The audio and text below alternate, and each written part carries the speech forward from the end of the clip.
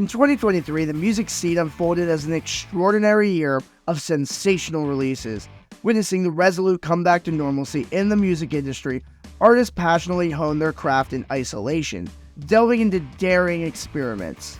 Amidst the plethora of EPs, I discovered a myriad of gems, and after careful consideration, I've curated a list of the top 10 EPs that left a mark on me this year.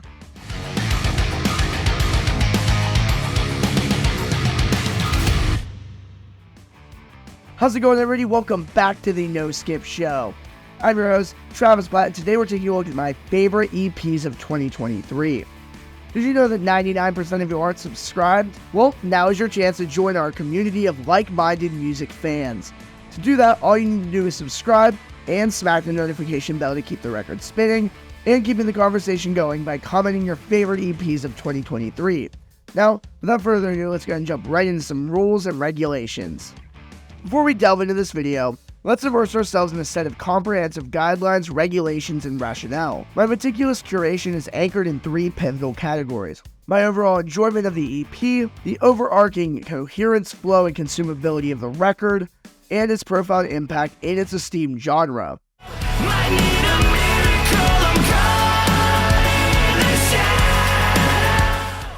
Savage Hands has truly established a significant presence in the hard rock scene. Achieving success with multiple hits such as Demons and Washed Away, the band has soared to new heights in terms of streaming numbers, and to sustain this momentum, they present the Rock Bottom EP. The standout lead single, Halo, boasts a massive chorus, showcasing the band's prowess in delivering a punk-infused alternative metalcore track that caters to a diverse audience. Tracks like Black Clouds and the closing song, Smile, further exemplify this versatility. The EP seamlessly continues their momentum, solidifying itself as another high-quality creation featuring 5 outstanding singles ready for any playlist. Started to hide in a crowded room, but if you get to know me, I'll get to know you. You like my t-shirt?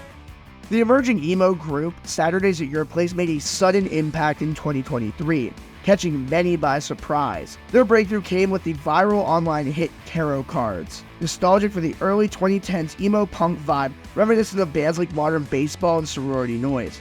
Hailing from Kalamazoo, Michigan, the band aims to revive the spirited attitude of those earlier bands, and this EP stands as a testament to their success in doing so.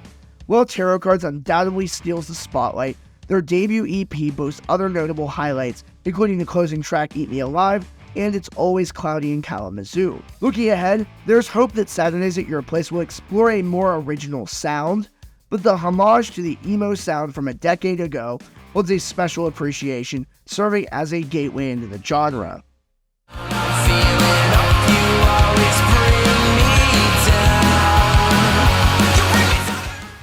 Technically categorized as a mixtape, but fitting closely enough for inclusion, Origami Angel has solidified their position as frontrunners in the 5th wave emo scene for the past 5 years.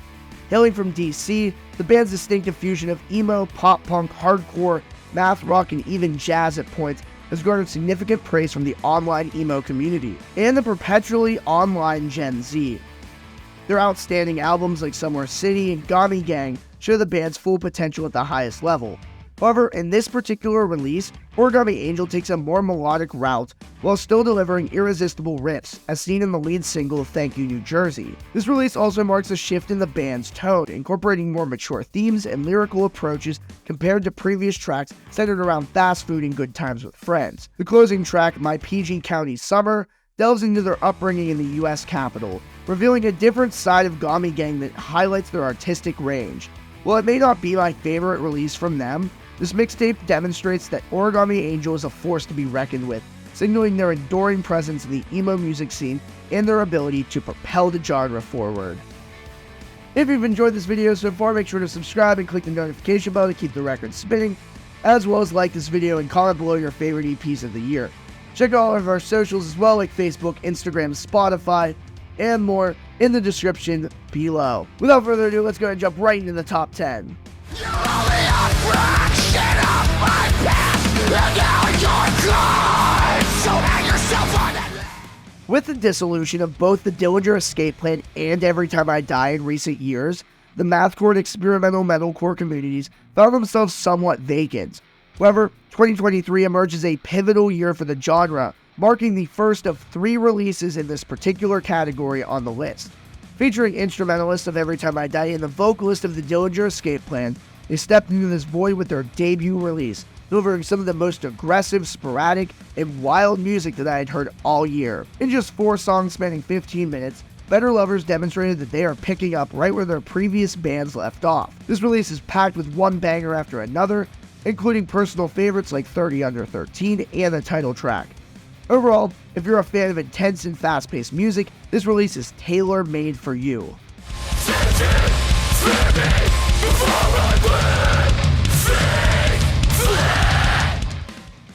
It's truly exciting to include this one on my list, as this band hails from the Pittsburgh local music scene, the same scene that I am a part of.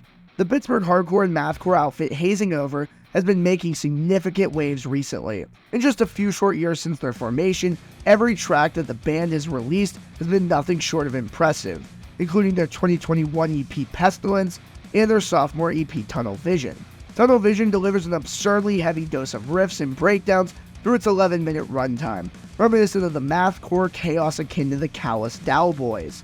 Yep, it uniquely incorporates Pittsburgh hardcore staple experimentation, drawing inspiration from local legends like Code Orange. Personally, the standout track for me is the closer Disavowed, featuring the shoegaze-inspired clean sections that bring to mind bands like Loathe and Static Dress. This showcases that Hazing Over is more than just about heavy tracks. As Hazing Over continues to tour nationally and garner attention from the metal and hardcore communities, they undeniably stand out as a band worth keeping an eye on.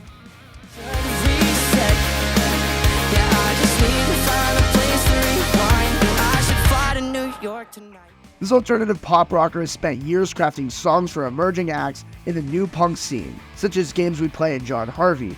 However, on his debut solo EP, we are treated to one of the most soulful and upbeat tracks, featuring expansive TikTok-ready choruses. While the viral single Sneakers serves as an introduction to many, the true lasting impact of this album lies in its other tracks. The EP exhibits vibrant and bubbly instrumental and production choices, creating a stark contrast with the theme of troubled relationships in the lyrics. This is particularly evident on standout tracks like I Don't Wanna Know and Porch Lights, both personal favorite tracks of mine on the EP. Knox excels in infusing a sense of melancholy into the songs without them feeling necessarily sad.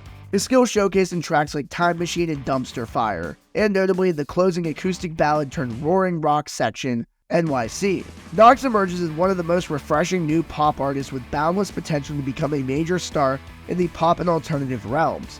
With the success of his 2 EPs in 2023, his stellar debut sets the stage for his continued ascent in the music scene.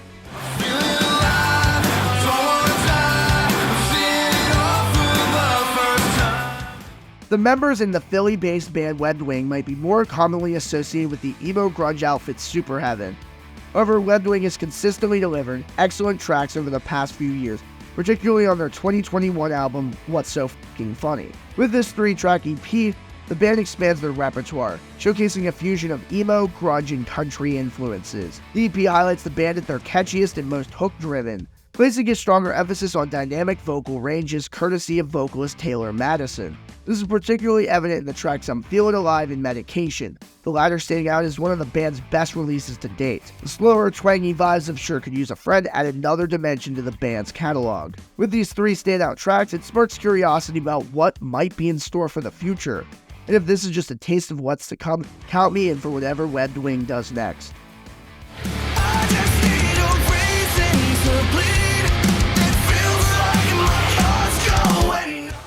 One of the most rapidly emerging bands in recent memory is undeniably the hard rock group Sleep Theory from Tennessee. They gained viral attention with their debut single, and have even shared the stages with heavyweights like Shinedown and Beartooth. However, their swift success is no accident. Their debut EP is a powerhouse of top-tier hard rock, infused with influences from metalcore and R&B, highlighted by kick-ass tracks such as the aggressive banger Fallout and the arena-ready Numb. This EP evokes the era when Shinedown and Breaking Benjamin dominated the airwaves, with a more modern twist. This is shown in modern-leaning tracks like Enough in Another Way, and they showcase the band's technical prowess, particularly by vocalist Colin Moore, who excels in the more straightforward instrumentals, as evident in the power ballad Gone or Staying. While this EP doesn't reinvent the wheel, it serves as the cornerstone of Sleep Theory's mission and sound. I am genuinely excited about the future of this band and the potential that they hold.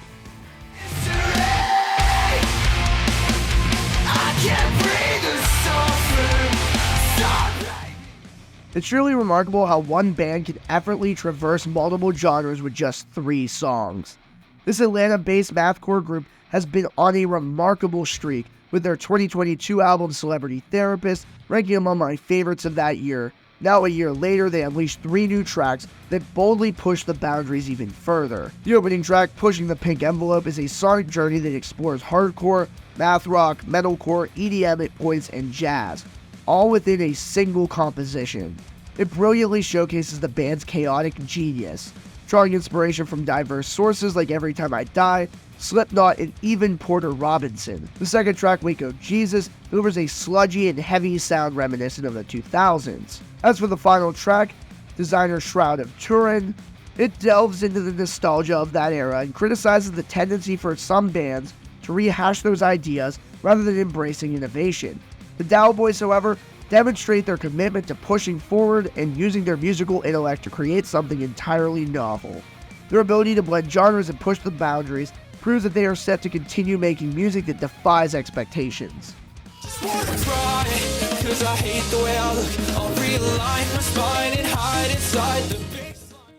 Hyperpop artist Braden Ross has dedicated relentless effort to refining his sound, embarking on an exploration of his distinctive fusion of hyperpop, alternative pop, and Midwest emo for his debut EP. While comparisons to break-ins are often drawn, the EP reveals Braden has truly discovered his own concise sound and aesthetic, evident in standout tracks like Zombie, the fifth wave emo-inspired Unalive, and the EDM-influenced moments in Break. As the EP unfolds, clear thematic threads emerge, delving into subjects such as mental illness, body image, and the challenges of navigating the digital age. The music is filled with digital, online-esque instruments that complement these themes. However, the closing moments and credits showcase Braden at his most vulnerable, presenting an acoustic ballad that explores the complexities of a failing relationship. Each track possesses unique elements exemplified in Reminisce, where Braden's exceptional vocal talent meets the meticulous craftsmanship of his instrumental prowess. For a debut EP, the diversity and quality are impressive, leaving me excited to see where Braden Ross takes his music next. You got me crying now. I wasn't before. You always made me feel important, but you don't anymore. Navigating the somewhat dissolving and separating emo rap scene of the 2010s, many artists found themselves reinventing their styles at the turn of the decade. Arguably one of the most successful adaptations has been Sad Eyes, who transitioned from an emotionally charged emo rap style to becoming one of the most premier, emo-laden hyperpop artists today. This evolution was first evident on his 2022 album, Monarch, which I thoroughly enjoyed. With Patient Death, we witnessed the continuation of his intricate production, featuring walls of electronic sound, seamlessly blended with his melancholic vocal delivery, exploring themes of relationship problems and heartache. This EP encapsulates everything I've grown to love about Sad Eyes music, noticeably showcased in Tooth Fairy, my personal favorite on the project. The expressive Bond Breaker highlights Sad Eyes at his most emotionally powerful, lyrically speaking. Slower ballads like Paperweight and This Is Suicide further demonstrate the project's range. In this 6-song, 11-minute EP, we witnessed the current pinnacle of emo hyperpop, an emerging subgenre. With artists like Sad Eyes and other visionaries like Kennedy XOXO, this scene has the potential to explore further sounds and ideas. Despite ongoing experimentation with his more stripped-down emo trap style and other EPs this year, Patient Death stands out as my favorite. Transform my death into a conduit. This body's Spiritbox has undeniably experienced a massive breakthrough in 2023, and much of their success is attributed to the consistent stream of phenomenal singles. In this year, the Canadian metalcore and hard rock band have delivered what could have been their most comprehensive body of work. The Grammy-nominated Jaded boasts one of the most significant choruses to date, while The Void stands out as their cleanest rock single thus far. However, the band hasn't veered into softer territory. Cellar Door emerges as one of the band's heaviest tracks, featuring skull-crushing guitars and drums with intricately layered production, creating a haunting atmosphere throughout the work. This album successfully encapsulates the band's heaviest, most melodic, and complete body of work, dispelling any cliches. This is particularly evident in tracks like Angel Eyes and the powerful Too Close Too Late. With the crossover success they've achieved, it's evident that Spiritbox's journey is just beginning. I'm incredibly excited to see what the future holds for them, and with a hot streak of fantastic releases back to back, Spiritbox has solidified their legacy as one of the premier metal bands of the 2020s. Watch that into the vein, had to go through the back. Went in and out each city, didn't even know. The top EP of the year undoubtedly belongs to the third installment of anti-pop and experimental artist Quadeca's Scrapyard series. However, it's crucial to delve into each part because truthfully, any of them could have claimed the #1 spot. The first installment introduces one of my favorite tracks of the year, A La Carte, featuring anti-pop and hyperpop innovator Break-Ins. In this track, Quadeca draws heavy inspiration from indie rock legends Bright Eyes, evident in his vocal style. You Don't Know Me Like That showcases a wonderful trip-hop production style with an almost psychedelic touch. Moving on to the second Scrapyard, we encounter the blissful yet eerie Dust Cutter and the stripped gospel-inspired Under My Skin, featuring an emotional delivery coupled with mesmerizing production. These EPs serve as a seamless blend between Quadeca's latest full-length I Didn't Mean to Haunt You and his previous work. Notable tracks like I Make You Look Effortless and Guess Who, which the latter is on the third installment, show Quadeca's versatility. The third part brings out the most emotional tones in the first two tracks, even if I tried in my personal favorite, Easier, featuring beautiful acoustic guitar and minimalistic production, creating an amazing atmospheric experience. For someone who wasn't initially head over heels with I Didn't Mean to Haunt You, these EPs highlight Quadeca's ability to craft catchy songs while still experimenting with his genre-bending alternative hip-hop style. Every single track and every single style really resonated with me on this, and that's what gave Quadeca my EP of the year. And that's my list. What are some of your favorite EPs of the year? As always, make sure to subscribe, click the notification bell to keep the record spinning, and comment below your favorites. As always, thanks for watching, and happy listening.